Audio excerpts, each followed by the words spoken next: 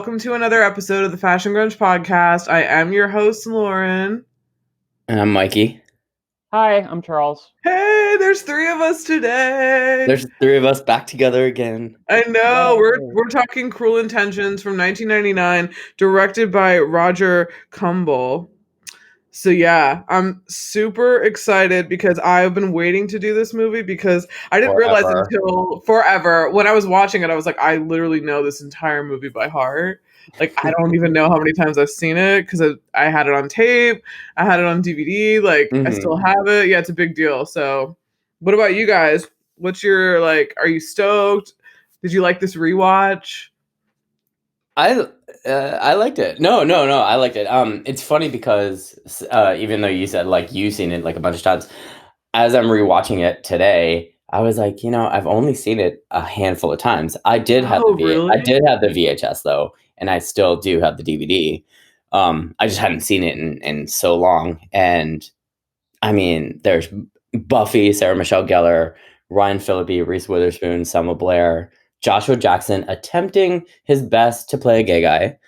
Yeah, was that like problematic by these days standards, or was that like okay? Oh no, he was completely fine because like they didn't really. He only had what, like maybe 10 minutes of screen time. I think that was like my one of my 5 major problems. You have 5? I can get into them later, but like my first problem was I wish they got into his role a little more. Granted, it wasn't really about him. I get that, but I wish that he had more of a story, if that makes sense. Yeah, but I didn't see him problematic to like gay culture or anything like that. Like he was just good. Like your stereotypical just background gay guy, Yeah, he had like little funny one-liners, like Gregory, and whatnot. But and like who's that guy? Sean Patrick Thomas, Christine Baranski. The Last Dance. Christine Baranski as like the uptight, like racist mom of Cecile. I love Christine Baranski in like anything. So good. She does no wrong in my eyes. How is she not in the First Wives Club like reboot? She should have been. I saw a preview for apparently like BET has a BET Plus. Like you can pay for it and they have other shows. And they have their own version. They have 2 seasons apparently of their own version of the First Wives Club. Oh, really? Like is it reality or is it like a No, it's like a scripted show. I can't remember who's in it, but it's gonna be like Waiting to Exhale. Basically. I was just TV version. I was just like, oh, well, because like a while ago it was rumored that First Wives Club, like the original, was going to have a prequel where that's what I thought. It was going to be like the them in school, and then college, and then like Bet and Goldie and the other one, I can't remember her name. They were going to be like their ancestors or something like that. Oh, Diane Keaton? Diane Keaton. Thank you so much. Yeah. She's the other one? She's the other one. The mouthy one. The shade. That she's the other one. But no, I loved rewatching this again. It's amazing. And Charles, how many times have you seen this? Yeah, I want to know Charles's thoughts on it. I'm trying to think. I think the first time I saw it might have been over at your house, Mike, because I know Lauren was there. Yeah, I was gonna say I definitely remember seeing it in high school and with one or both of you. Yeah. Definitely. I'm pretty sure it was over at your house, and like Lauren was like, "Oh, we should watch Cruel Intentions," and I was like, "What's that?" And so then I was like, "Wait, they aren't." Oh my God! Right. Oh my God! They're brother and sister, for Christ's sake. Even though they're not blood, it's still like. No. But what's really going on here, though? They are. Like, if there are any Game of Thrones nerds out there, they're legitimately okay. They're not brother and sister like the Lannisters in Game of Thrones. Oh God, but they are like the OG Lannisters. Do we have to get Game of Thrones? Dude, fuck the Thronies. I'm sorry. I can't. We're not that bad. We're not like the Trekkies, okay? Oh God, you're gonna have people fighting in the comments. You're welcome, everybody. We're not that big yet. That people will actually be fighting in the comments. Or like, if we were, what do you call people would like be the fighting. fanatics of Star Wars? Trekkies. No, you're right. No, Star Wars. Oh, That's Star right. Wars. Yeah. I don't know. They don't have a name. They're like too cool. Oh. Well, I think they're just crazy, Lauren. Yeah, they're just fucking insane. They're just crazy. Like, they're just so insane. We were asking off air that this is actually kind of loosely the same story as Dangerous Liaisons from the, I think, late 80s. Mhm. Just when that film came out. Yeah. Yeah, so Charles has seen it. We have not. Me and Mike have not seen it, so we don't really have anything to compare to. But it's kind of cool. Wait, who does Keanu Reeves play in the older one? I think he plays the equivalent of the role that the music teacher plays in Sean Patrick Thomas. Oh, okay. Yeah. He's like that guy. I can't remember the guy's name in the movie. Yeah, Ronald. Yeah, Ronald. That's it. Ronald. But I like how the therapist, Swissy Kurtz in the beginning, she was also in Dangerous Liaisons. She plays Cecile's mother. I know, that's kind of cool. So I'm like, I really want to see this. I just actually realized when I was watching it, like literally for like the 100th time, that Buffy and Ryan Phillippe, they're all going to be called like weird names. I was trying to figure out like Sarah Michelle Gellar. I'm going to call her Catherine. I'm going to call her Buffy. But anyway, I totally forgot that they were dating in I Know What You Did Last Summer. Like every time I've seen it, it totally doesn't even dawn on me. And the fact that when they're in the apartment and they're talking about the article that Reese Witherspoon wrote in the magazine, the cover is Jennifer Love Hewitt. Who was also in I Know What You Did Last Summer. Yeah. And I was like, where's Freddie Prinze Jr.? Like, right. It's like a weird ass I Know What You Did Last Summer reunion. Yeah. And the producer of I Know What You Did Last Summer worked on that film with Sarah Michelle Gellar and Ryan Phillippe, and that's why he cast them for these roles. That's awesome. So that's how they like kind of got in there. So they were already cast early, and then also I have to say that I was trying to figure out the math because this was filmed in June and July of '98, so this would be post season 2 Buffy. Yeah. Before season 3. So this is after she's left home. I remember how in the beginning of season 3, this is for all you Buffy nerds out there. Remember how in the beginning of season 3 she had like that weird hair color? Oh, like it that was weird it was blonde brown. in the front. It was like really bleached in the front, but then the back was like kind of orangey. I guess she'd probably been lifting her hair from the dark. Because I was like, I can't believe she dyed her hair for one movie. Because I looked to see like had she done something else where she had to have dark hair, but no, I wonder if she got paid a lot to do this, and she was like, fuck it, I'll dye my hair.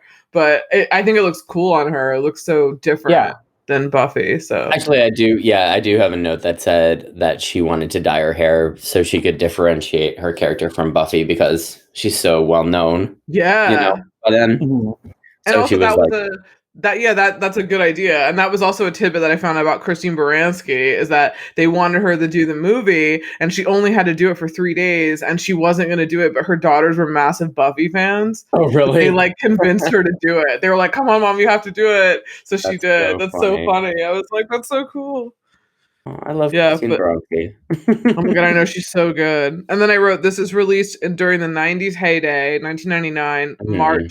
And I was like, but it's really a sad story. It's very like Shakespearean because like nobody like wins in the end. It's like he dies, like spoiler alert, he died. And like same with like Buffy's gonna get carted off to jail or probably rehab, and he's still dead. So yeah, not back to school. And then Annette like has his possessions, but like he's gone. So it's like there's no like there's no like resolve. It's very like sad too. It's like a dark film. It's like the Rules of Attraction. I mean, if you had to choose between true love and that car, I mean, is it really that hard of a choice? I know that car's pretty fucking sweet. That car's pretty fucking sweet. Yeah. Do you have any production notes? Does any of you have any interesting production notes? Let's see. I don't have anything too exciting. I heard that the director won Katie Holmes for the role of Annette. Which is weird. Which I was like, all right. And then apparently this movie did quite well at the box office and was later turned into a musical, which I'm kind of desperate to see. A musical? Yeah. Mm, It has those sequels, which I have not seen. I haven't 2 either. and 3, right? Yeah, haven't 2. either. 2 is supposed to be a prequel. Okay. Which one has Jack from Dawson's Creek? He's in one of them. Is it? Mm-hmm. Oh, I'm you gonna did find talk out. about it. I think it's the third one. Yeah. And then they also were gonna have a TV show, I read, but that didn't pan out. I think Buffy was in that. Like, she's really? credited on IMDb. It was like a TV movie that they tried to do. Yes, So- Jack from Dawson's Creek is in the third one. Yeah, so I have that in my note, is that like the sequel, or Cruel Intentions 2, was actually supposed to be the TV series that the pilot failed. Oh. And originally Buffy, Sarah Michelle Gellar, was going to be in it, and then because it got canceled, they just decided to make it into a movie. Oh, I've never seen it. Like, where can we even see it? It was like recent though. It wasn't like 2016. I did not put the date. I think it's 2016. Yeah, it's like recent. That's why I'm like, when did it? Yeah, it's like one episode NBC. I'm like, I never saw it on TV. I wonder if there's a place to like see it. It might be on like YouTube. Who knows? Excuse me. Yeah, we have not looked that up. Yeah, any more, Charles? I just have one more note about an alternate ending. Oh yeah, what's alternate ending? So instead of like Annette publishing the diary, I heard that like there was like an alternate version where she doesn't publish the diary and she just kind of blackmails like Catherine's character. Oh, that would have been a good sequel. If they'd signed on to do it together. Yeah, I mean, I don't know. The way this movie ends, I think they got it right, but yeah, like I don't know. It does kind of make you think like, what if, you know? Like, since me and Mike and Charles, you've seen Freeway. Since we just reviewed Freeway, I just see like Reese Witherspoon as like, damn, she totally should have done that. Like, she'd be so crafty at that. And it's so weird that this is when she got into that good girl role. Like, often the world owes me. I know. That's like so underrated. Thanks to everybody who listened to that episode. It's doing kind of well. So I'm excited that people like it. Yeah, that people actually like it, and I think it's still on Amazon Prime. So hey Bob. Oh yeah, is that you, Bob? In the courtroom, when she's just like, "Oh my god, someone got hit with the ugly stick." Yeah, I was like, "Oh my god!" I was like, "She's so funny. Like, she's just so funny." I have. Oh yeah, we already talked about the TV show, and I just cannot believe they wanted. Actually, Columbia Pictures wanted Katie Holmes, and the director said that he said that she didn't have the strength of character to do it. Yeah, to be in that, I agree. I think. I agree there. I mean, after seeing her in Dawson's Creek as Joey, she was good in Disturbing Behavior. Like she plays that like, and she was good in Go. She plays that like downtrodden kind of like. She doesn't play rich well. No, she plays that like kind of like from the like off the beaten track, like kind of like rough and tough. Like she's not like prissy or afraid of anything, which is I think why she kind of didn't do well in Batman. That first Batman, because she just kind of like that wasn't her vibe. Like she can do other things. It's just kind of like I didn't believe her as much, and she can't really like be like that. But Reese Witherspoon, I don't see her being downtrodden at all. I see Reese Witherspoon like looking like a prep, kind of like like a wealthy girl. She can play that role pretty well. Yeah, but it's so funny. It's so funny. I can't believe this movie made $76 million though. That's a fuck ton of money. I know. That's amazing. It's like not too shabby. No, not at all. Anyone else have any more production notes? Yeah, I have a couple. Yeah, what are yours? You always have a lot. I condensed it as much as possible. No, it's not good. as much as possible, but the original title for the film was supposed to be Cruel Inventions. Okay. I don't know. There was no reason or rhyme behind that, but filming took place in Old Westbury Garden in Nassau County. I went to college in Nassau County. Big ups. I know where that is. I know where the Old Westbury Gardens are. New York, and at Harry F. Sinclair House in New York City, which is like a Ukrainian institute. Or the outside. The outside. And that was apparently in like Gossip Girl and as like I was gonna say it's very Gossip Girl. Yeah. and some other movies. But during filming, Reese and Ryan were dating in the beginning, but then they were also in the midst of a breakup. So a lot of the on-screen No, they weren't breaking up. Yeah. That's what I was reading. Really? Wait, so then did they just get back together and then get married? So, yeah. Oh, okay. The timeline is weird, but like I was reading that and I was like, oh, really? Because this one article that I read, they were like, oh yeah, Ryan Phillippe was like throwing up because he was in like such outrage and so into the moment. I read that. Yeah, I read that they had to like when that weird scene where like he comes back to the apartment like after they slept together and she like says like it's not you, I'm not in love with you, blah blah blah blah. And then I heard that like they had to do that. But yeah, like the timeline didn't make sense because like so did they break up and get back together like twice or they have to because this was filmed in June of July of 98. Right.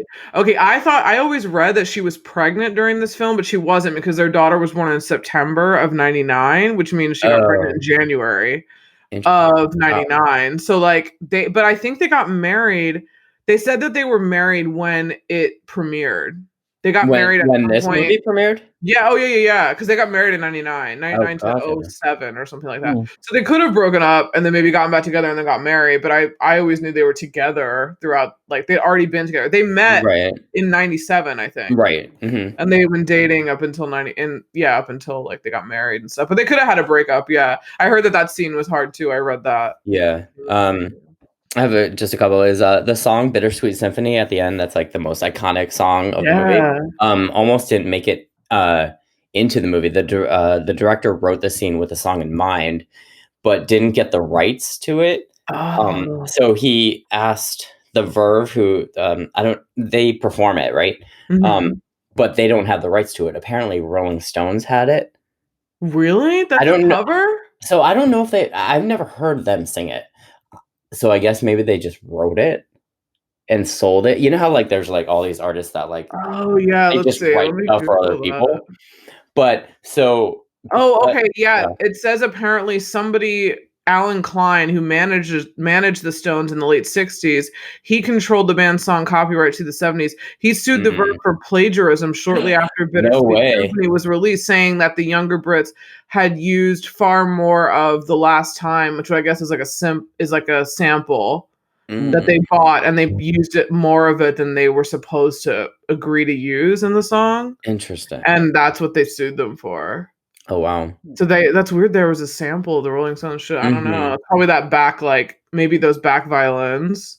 Yeah, like maybe that's from like a Rolling Stones song. Wow. But Selma Blair was the oldest actress in the movie, even though she played the youngest. Oh wow! Because she was 27 playing a 16-year-old, and then Gellar was the actual real youngin in the cast. She was only 22. Was she? Mm-hmm. Oh wow! And then in, like Charles said, sometime in I think 2017 or 2018, there was a Cruel Intentions musical that was like off Broadway. Oh my god! It only appeared for like 3 to 4 nights. And included like a lot of music from the soundtrack and a lot of like pop songs at the time. And then to open the show, you know how like they have like an announcement of like turn off your cell phones, blah blah blah blah blah. They actually got Sarah Michelle Gellar to replay Catherine, and you could hear Catherine's voice and her attitude, and she was like, "If you don't do this, I'm going to like put your name in a book, and I'm going to tell everybody." Just kind of like the end of the movie. Oh my god! Like, you know, like there's like basically, and I'm going to call it the burn book, copies of the burn book. I've seen all these amazing burn book things that are like politics memes, where like it has like some politician that people don't like, and then it has where she's like, "She is a nasty, ugly slut." Like, it's really funny. People just post it on Twitter. That's like, awesome. I'm gonna have to look at that. Yeah, I love it. It's so good. But yeah, and like we were talking about before, there was a prequel and I guess a sequel, because that would be like Cruel Intentions 3, but we've never seen it, so I have a not really a production note, but I have a hot take, an opinion that I have. I think that this story in this series would do so well as a TV show on Netflix, but filmed in like the style of like You. Totally. Like Yes. very Yes. like dark, no censors, so we don't have to worry about that shit. And Mhm. they can like, but just film it in a very like different kind of way, and maybe make it like, I feel like the show would actually be like a Gossip Girl. Like they're doing Gossip Girl reboot. I'm like, if they're Are they doing it on, really? yeah, they're doing it on like HBO Max Oh. or whatever the fuck. But I was But- like, I would be interested in it if they're doing it with like no censors. Like if they're doing it like, because the other one was on the CW. Yeah. If they're gonna do it like with no censors, then I would be interested in seeing what they're gonna do with it. Because that's gonna make it a little bit different. Like if we don't have any limitations, and like what are they gonna do with these characters? Like they might be able to show us more or give us a different story that they couldn't show on like network TV at like 8:00. So that's what I'm super excited for. That's why I also think, hot take, that Riverdale should be moved off of TV and go on to like a streaming service. Because I feel like if we didn't have censors, that show would be so much more dimensional. Like it's a really good show. It's got really good like character setups, but they can't go that far because they're on like TV. They're like 8:00.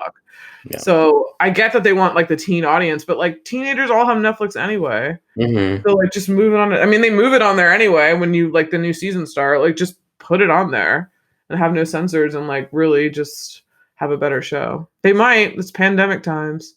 I know. You know. Have you guys watched the new Nancy Drew? Because I haven't seen the ads. I like watched it not wanting to like it, but I got like really into it. Wait, where is it? Where can you watch it? So I think it's on like HBO account stuff. Oh, like HBO Max? Yeah, that's it. Oh, okay. I love how everyone's still, it's been like 6 months plus, and HBO Max has like the worst problem with like letting people know they exist. Well, like, I really didn't know until you told me like weeks ago. Like, dude, you pay for HBO on your cable thing, fucking sign up for it, and you're like, oh yeah, HBO Max. Something else came out, and they were like, HBO is like they've been out, and people don't realize they have it because they changed the name. They don't do enough advertising. No, they don't let you know that like you probably already have it, but you're just not like signed into it. You think it's like another channel to pay for. I think people think it's like a secondary thing they have to pay extra if they already have it, but I don't know. I think it's really funny. So people are like, oh yeah, that place. And you have any more production behind the scenes notes? No, I'm done. I do not. No. Okay, so fashion-wise, the costume director or costume designer's name is Denise Wingate. I think it's amazing. I love their clothes. I'd say the one note that I have about Annette that I don't like is that she's boring, but I read that she was purposefully styled in light clothes to counteract Sebastian, because he always wears dark clothes. So that in that way I understand, but her clothes are just kind of like meh to me. Yeah. But Catherine, all of her outfits are all of her outfits. My favorite is the first one with the blazer and the bustier. Yeah. Like, yeah. I love that outfit. What do you guys think? It's freaking amazing. Yeah, and kind of bouncing off you, like all the innocent, quote unquote innocent characters are like in lighter clothes, and while Sebastian and Catherine are like in darker, broodier. Yeah. However, saying more fashionable clothes than everybody else. But yeah, totally.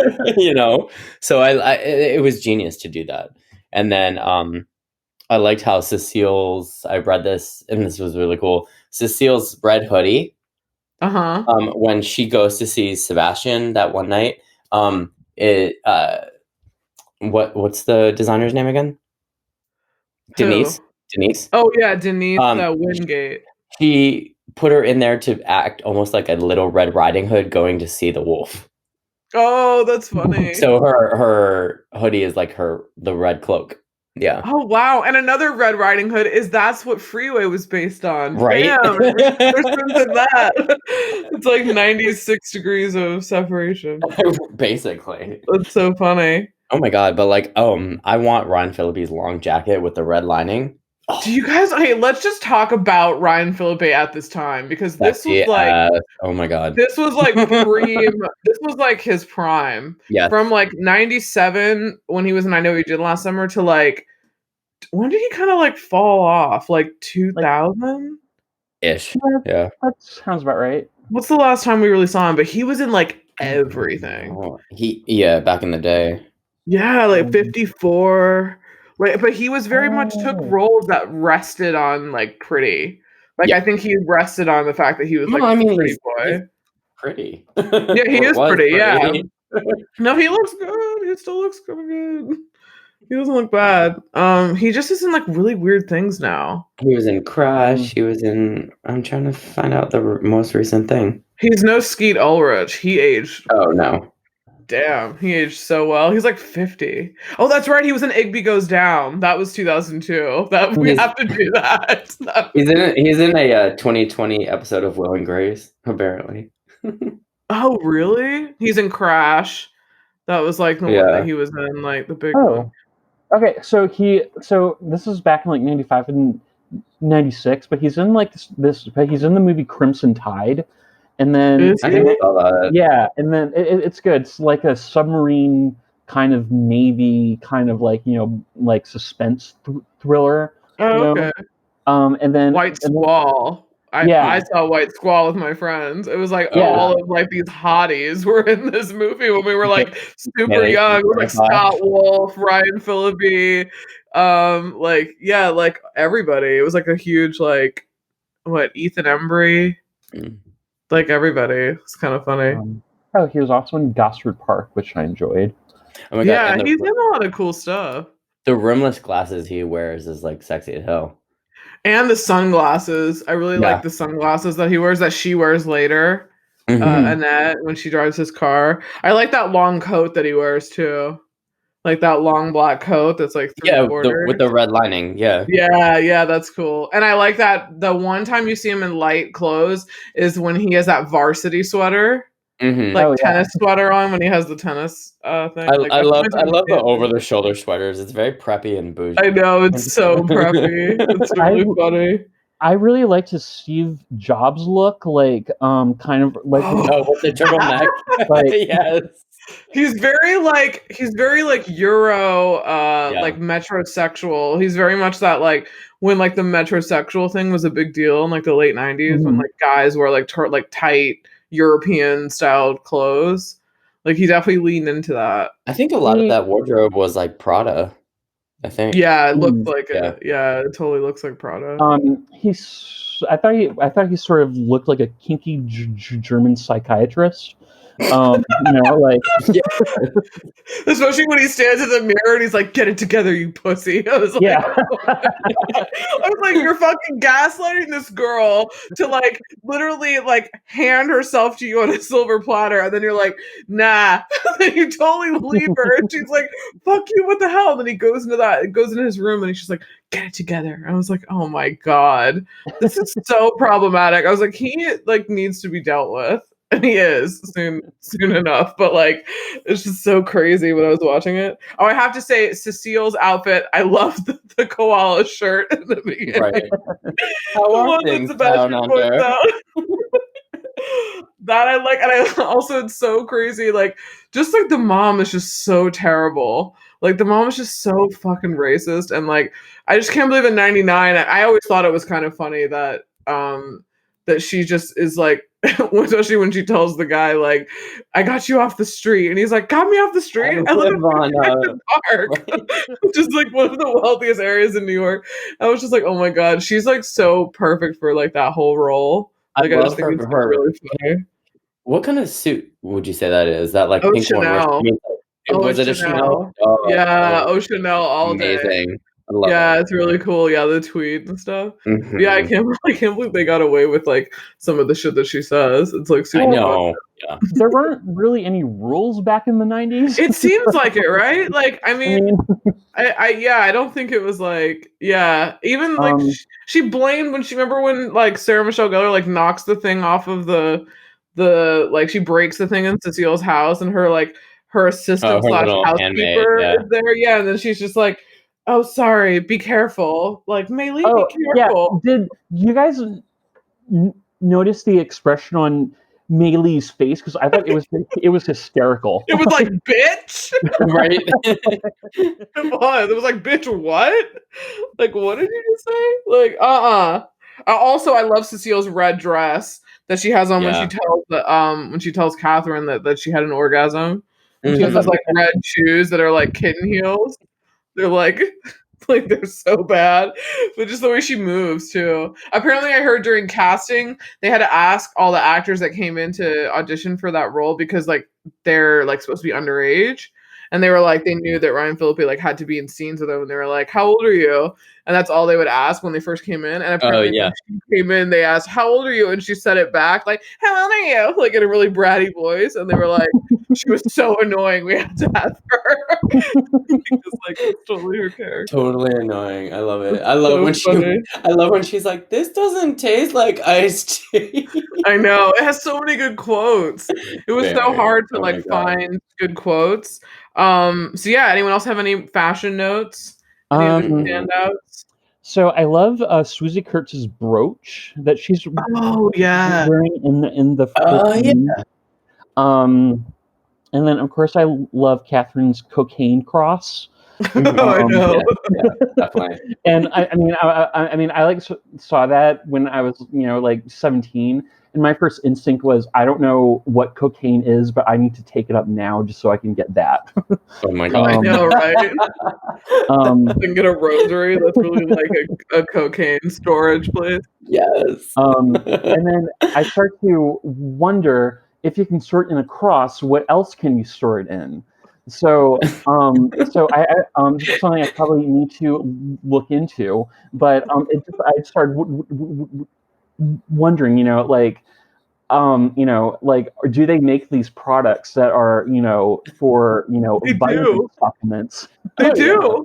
They do. Yeah. Okay. If it's an amazing K-hole to go down on Pinterest, if you look for like old 70s and 80s cocaine, and they were in magazines, like devices that were used to like necklaces that were used to hold cocaine, because it wasn't a schedule whatever controlled substance, like a schedule like A class, until like the mid 80s. It was technically in the 70s, I think, not considered the high rank narcotic that it is now. So it wasn't illegal, but they could just say like, it's like how they sell glass pipes and they're like for tobacco use. They could do that. And they're actual ads. If you Google them, I'll like send you some. They're like real ads that they had in magazines in the 70s, and they were like for cocaine, like little spoons and stuff, like kits. It's crazy. Like I remember seeing back in, I think it was high school, some girl was wearing like a coffin ring. Like it was like a mini coffin on a ring, and that was like her coke ring. Yeah. Oh my god. Yeah, see, they have all that stuff. Well, apparently the curtain has just been like pulled back, and there's just a whole new world of products that literally blew your mind. And I have an entire fucking I'm probably gonna get like on some kind of weird list now because I'm looking this shit up, but I found a Mashable ad that's like about cocaine paraphernalia ads, so I will send that to you. Oh, thank God. It's a lot, dude. It's like tonight's forecast, snow. And they show it. It's kind of insane, dude. It's really fucking insane. Like, this can't be real. Like, this shit cannot be real. Okay, I'll definitely. That's funny. I'll definitely send that to you, because that has to do with what we were talking about. So, anyone else have any more fashion notes, or can we move on to the music? I have a music note too. Yeah. Go ahead. Okay, so my music note is during the sex scene with Ryan Phillippe and Reese Witherspoon, the director originally wanted the scene to the Smashing Pumpkins song "To Sheila," which is an amazing song. I believe it's the first song off of Adore. And apparently Billy Corgan wouldn't do it. That's so shitty, right? So that's why he said it to Counting Crows. But I think Counting Crows actually does work really well. The Colorblind song, I like. Yeah, that was like a massive song too, I think, because of it. But that's another note that I was like, oh, Billy Corgan. This whole soundtrack is amazing. Slide devil. Yeah, and he's been on other soundtracks.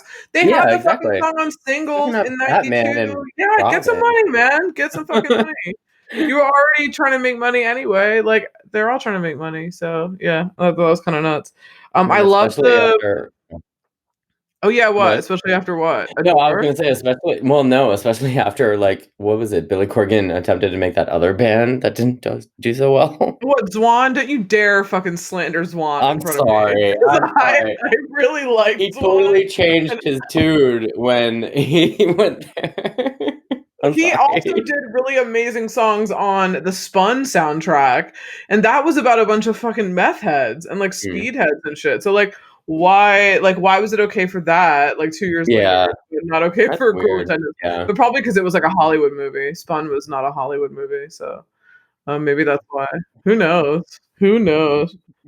But yeah, Placebo's opening track of Every You, Mhm. Every Me, I love that song. It's like one of my favorites. The fact that Blur's Coffee and TV is playing in the background of Catherine and Cecile making out, I thought was kind of funny But it's because it's not even on really the faint. soundtrack. I It's not on the know. soundtrack. It's so Yeah, I stupid. know. I think that's such a good song that I like how it's not playing loud either. It's like True. a really Yeah. like low. And then Mhm. my other favorite song obviously is The Verve, Mm. The Bittersweet Symphony. It just works so well at the end of that movie. What did you guys think about the music? I loved it. I love Skunk Anansi. Is that how you Oh, say it? yeah, mhm. Her voice is phenomenal. Been around for The so singer, long. yeah, yeah. And then Amy Mann, of course, is like amazing. You could Wait, make a is killing. she yeah, is that the song where he's, like, brooding in the park? Yeah, Oh, okay. Or, like, yeah. walking around. There's always those scenes. I'm gonna I think that's her. Yeah, I think that's the sign. cool. What's the song that's playing during the ending credits? I didn't know who it was, but I liked That's it. Bittersweet Symphony. No, No, there's not another that song one, playing. but like I think the one Oh, after. after that? Yeah, Yeah, yeah. I don't know what song that is. It is really cool, though. I never go Um, all the way through the credits. Oh, you don't give props to the credits? I'm We're sorry. all gonna be on some kind of I'm list. fired. I'm emailing you guys the cocaine paraphernalia ads right now because I was like, you have to see that. Like, I love that Charles was like, I wish that there were these. I'm like, there are, there were apparently a lot. These have to be real unless I'm totally fooled, Ooh, and they're not. whoever shot the photo of the blue lady needs to do a reshoot. Well, it's from like the 70s. These are from the 70s. There's like so many. I'm like, are these for like cocaine or are they for like other stuff? Like, yeah, they have the little spoon thing and everything. Like, what the Yeah. fuck? Like, it's And crazy.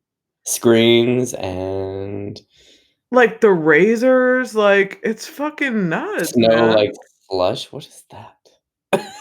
I mean, it's nuts, man. Okay, we won't That's like so just sit here and look funny. at our emails on the phone now. I know, right? So Like, wait, what are they looking at? Back to the music. Anyone else have any like standout songs?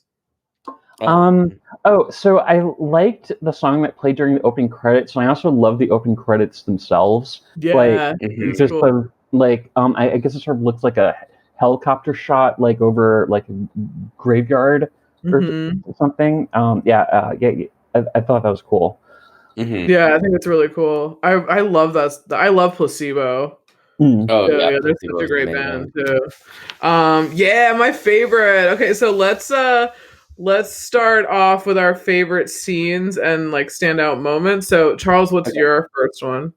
Well, I thought the opening scene, the psychiatrist's office, was just incredible. I Um, know. like, like, Terry.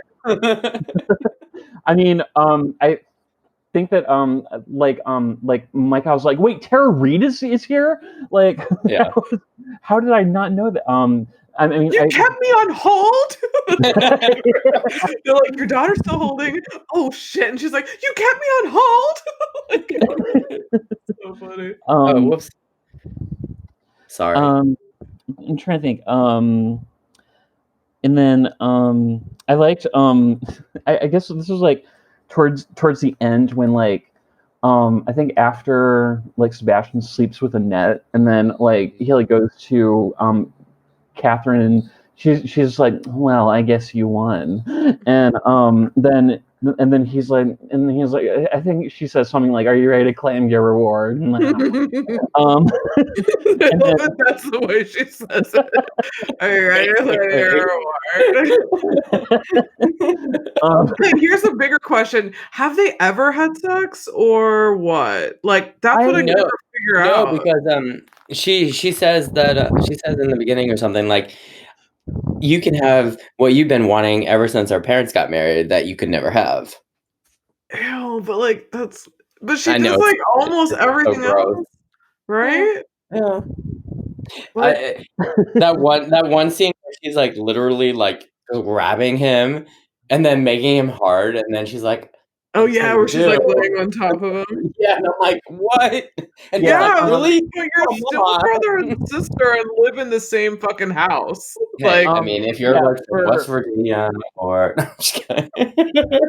yeah, for that specific scene, I just wrote, I am so uncomfortable right now.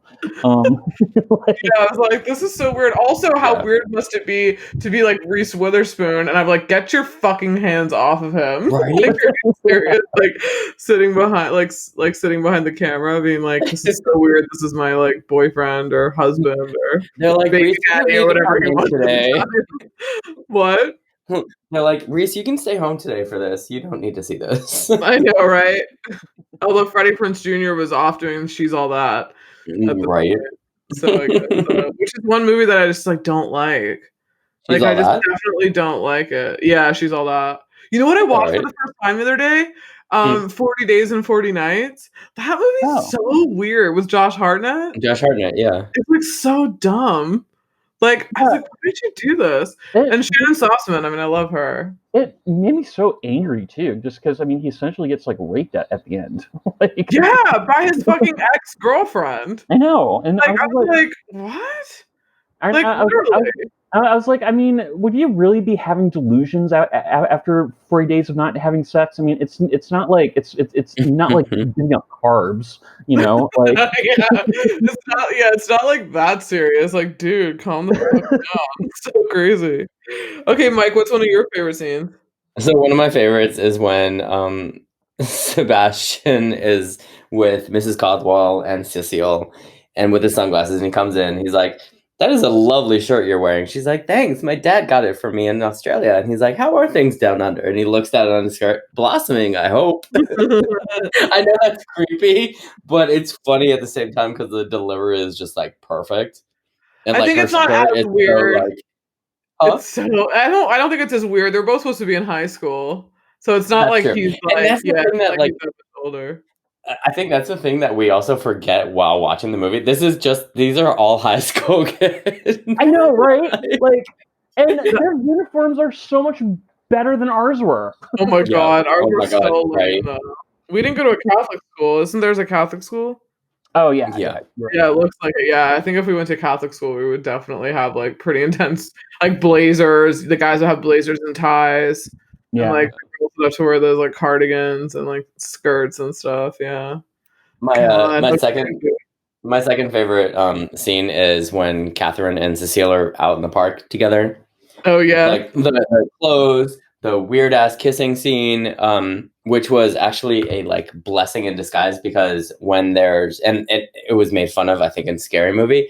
Yeah, I was gonna say, what movie is it that they did that? Yeah. with the spit, because like it was like a happy little accident that was never actually supposed to happen, because they did a couple of different reshoots and this was the first shoot that happened in.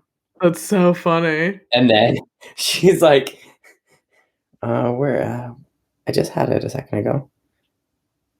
Oh, where she's like, "My advice is to sleep with as many people as possible, but that would make me a slut, wouldn't it?" I don't know. It's just like, no. Not my favorite quote, but like definitely just my favorite scene where they're just like gabbing back and forth. And I then, love that right after that happened, she's like, "Want to have a sleepover?" right, and then she's like, her face "What?" is like, her facial expressions throughout the entire movie, I know. Buffy's, is like fantastic. She's been in Soap. She has a daytime Emmy. Her and Ryan Phillippe have daytime Emmys from being on Soap, so they're like really good at that. Like Ryan Phillippe too has that like, I mean, he's got resting bitch face so well. He's got that like bitchy thing going so well in his face. Mm-hmm. He just totally has it. Oh, that's good. I'm glad that no one has my favorite scene so far. One of my first favorite scenes is Sebastian and Blaine's relationship. Oh yeah. I love that Blaine is a weed dealer. Yeah, I love right. that he's like openly gay. I love that it's Pacey. I love that he has like super bleached hair. I'm assuming this either before or after Urban Legend. Yeah. And I just think it's so funny. This is after season 1 of Dawson's Creek, I think. Mm-hmm. Because in season 2 he like bleaches his hair and then he like dyes it, and I was like, oh, he must have just done that. I always try to figure out like what they're doing. I love a lot of his quotes, like, man, he's got a mouth like a Hoover. I love that. And then when Sebastian's just like, shall we say the stroke of The midnight? stroke of No pun midnight, he intended. smokes his pipe. Yeah, and he's like, no pun intended. And then I like where he calls up Gregory and he's like, Gregory? Gregory. And then he's like, oh, hey, what's up? And then I love how when you actually first see Gregory, it's like him and all of his Jock Buddy fans being like, yeah, so what did I do? I told her, what is this, grandma with the birthday present? Suck it, you dumb bitch. And then they're all like, yeah, Greg. And then he like calls up and he's like, Gregory? Yeah. And he's like, oh, hey. He's like all quiet. He like goes over to his house. I mean, that's so funny. And I also wrote, just as a general plot note throughout the entire film, I wrote, this scheme is so goddamn complex. They're like constantly checking in with each other, like all the time. Like Catherine's calling like Sebastian, being like, did you fuck her yet? Like, what's going on? Like, what should I plan for? Like, should I, like, they like always like kind of give each other like a day by day like recap.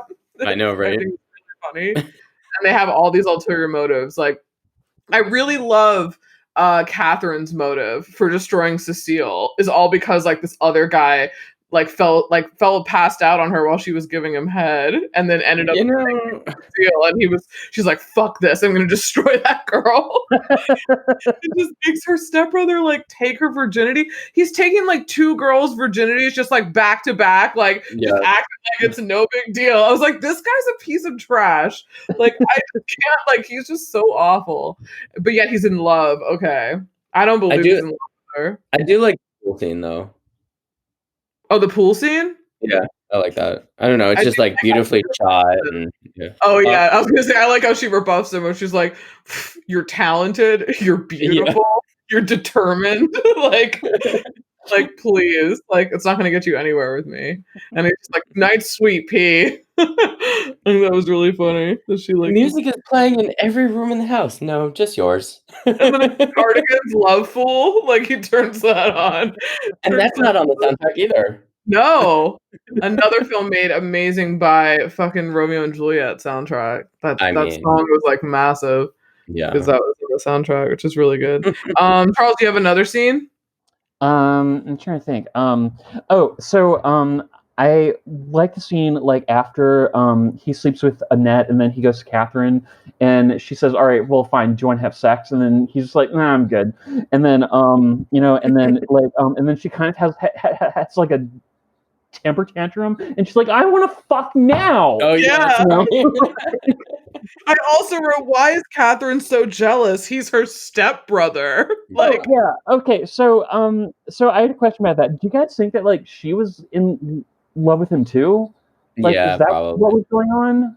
Well, then at the end, when she says, like, remember when he actually comes to her and he's already, like, dumped Annette, and he, like, comes to Catherine, and then she's just like, oh my God, I can't believe you did it. Like, I never cared about you. I just wanted to see if you would do it. And, like, you're just a toy I like to play with because you're so fucking stupid. And you've just thrown away, like, your one shot of love. I just kind of wanted to see if you would do it. And it turns out like you did. Or something. Okay, yeah. well, that. So I don't know. I mean, I don't know if she was doing it at the game or if she like really wanted him. Yeah. I do like how up until the very end, how like she was basically like, you know, the puppet master. Like she was just like she was just like 2 steps ahead of everyone the entire time, and no one could like touch her. And like I don't know if this is a good comparison, but her character sort of reminds me of Rose McGowan's in Jawbreaker. Oh like, my God. Kind of, sort of. Courtney? Yeah. Like, I mean, she was just like so sharp and just like so like on point like all the time. And like, I don't know, but I killed Yeah, Liz. I killed the teenage dream. Get over it.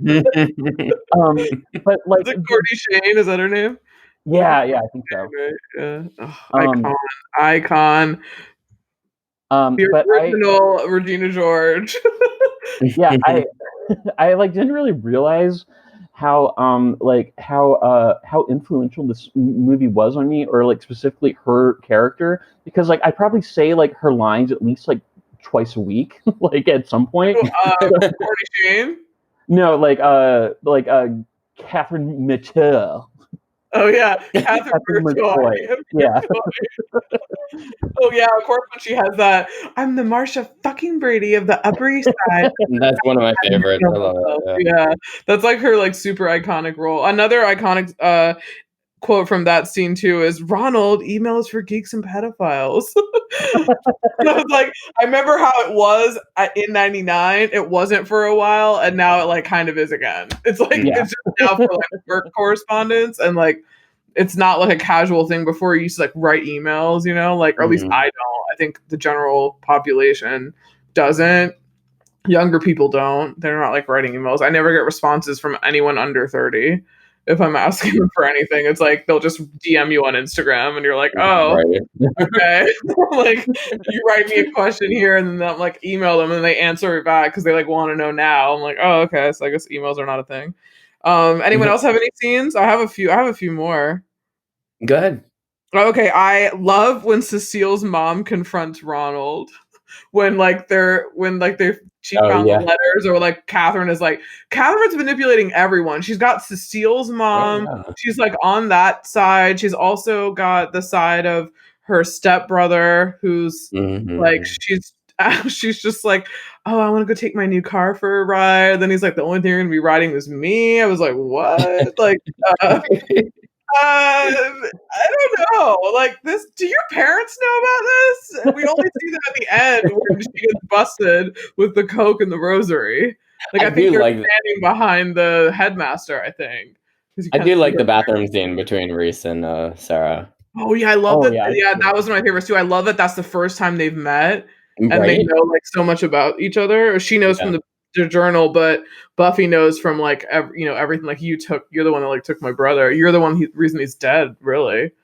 Like because he was out there fighting with that Ronald She's guy. just like, see her on campus. Can't wait. I know.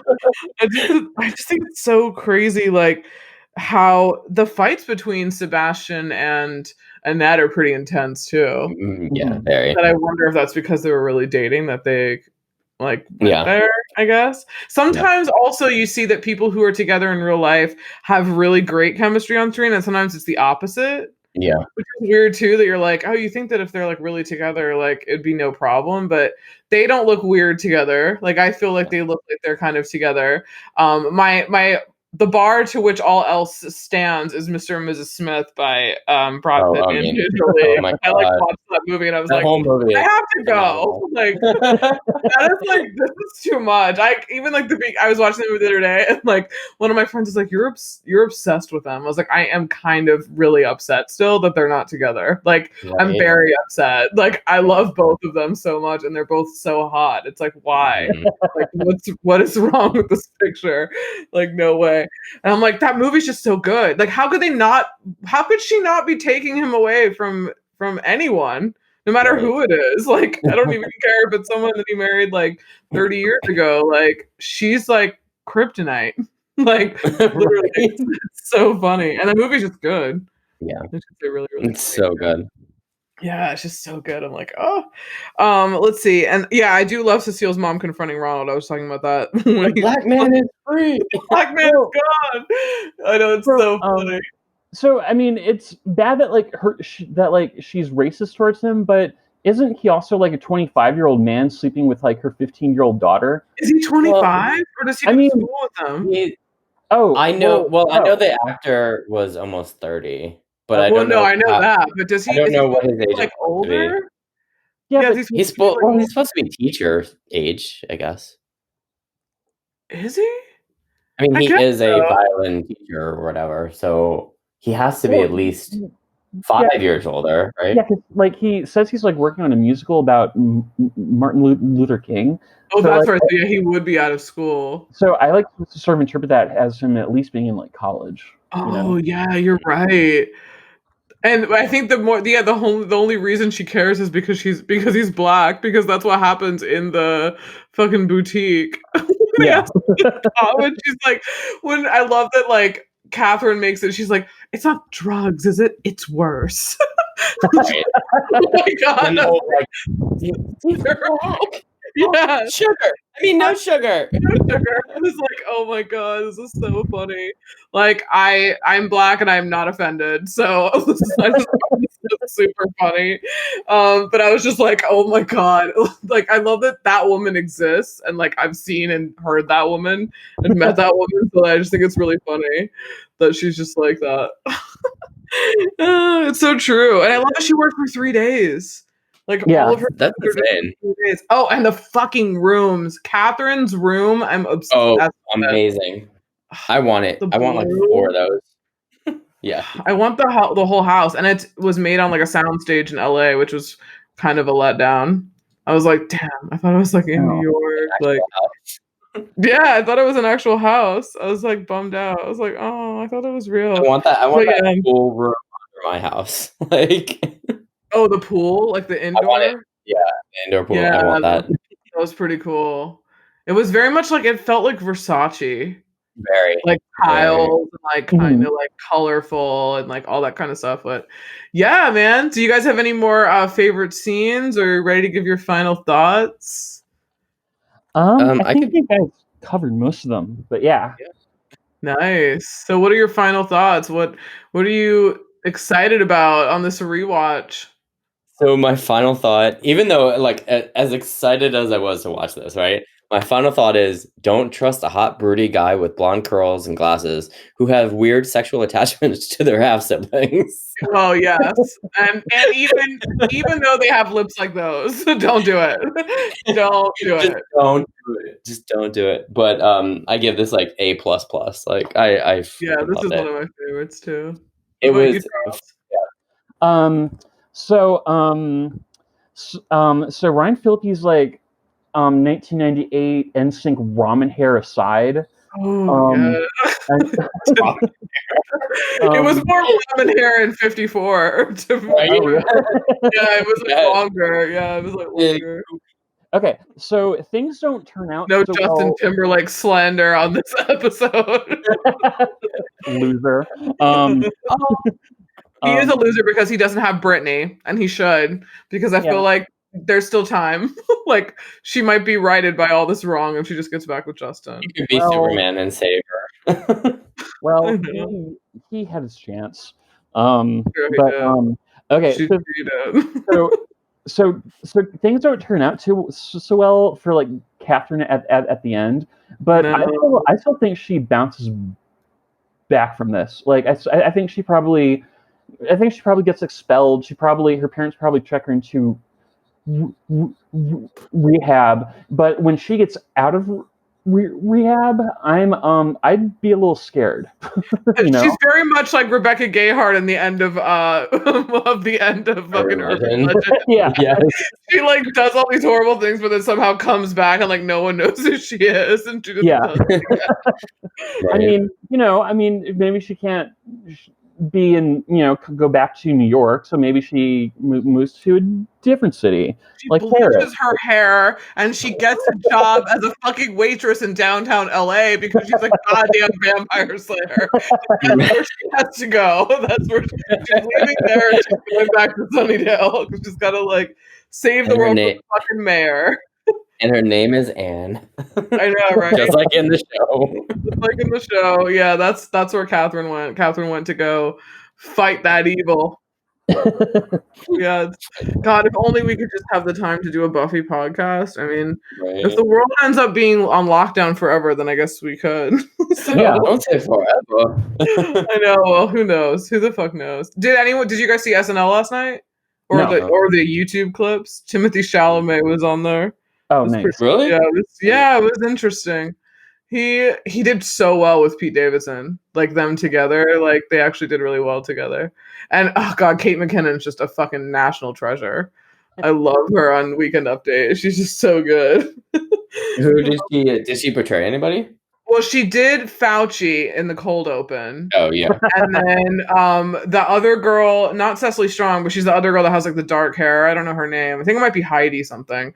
She played Deborah Burks, like that woman who was like has the scarf on, who was the doctor who was at the meeting. And they were talking about the vaccine. It was okay. It wasn't like super great. And then they had Bruce Springsteen, and the E Street Band was like the music one. But yeah, it was Chalamet was good. Yeah, it was funny. Kate McKinnon did that. I don't know if you've ever, did you see that skit where she did like, it's a doctor, like We Notice, and it's like she did that again. Yeah, and it was really funny. Like she broke again, like she did the first time. Yeah, it was funny. It was pretty funny. But yeah. Oh, this has been fun. I'm so excited. I forgot to say at the top of the show, thanks for the reviews on iTunes. Give us more 5 stars. That'll be super great. Like and subscribe and do all that fun jazz. I don't know what, I know me and Charles are going to be doing Son-in-Law sometime soon. I have not. Sure. Yes. Yeah. I don't know what I'm going to do with you, Mikey. I haven't picked. Lauren, I'm going to call it now. Son-in-Law is the greatest movie ever made, and I am. Oh shit! Hot take. Yeah. Okay. we're gonna see. We're gonna see if it lives. I have not seen it in quite a while, so I'm kind of stoked to rent it and watch it. Yeah. So yeah, it's gonna be really funny. So I don't know. I don't know. I kind of want to do like Mikey. We should do. I don't know yet. Actually, I'll decide though. But something soon. Yeah, okay. I was like, shit, because last time we talked about it, me and Charles talked about Pauly Shore, and then we're like, let's just do Son-in-Law. So we just to be honest, and I'm going to agree with Charles, I believe it's one of Pauly Shore's most iconic. No, Charles is saying of ever. Oh, of ever? Yeah, like I'm saying it's definitely on the top 10. I'm saying that Casablanca can kiss Son-in-Law's ass. That's so funny. We'll see on this rewatch what we end up scoring it, because it should be really interesting. But until then, we will see you guys on the next one. Bye. Bye.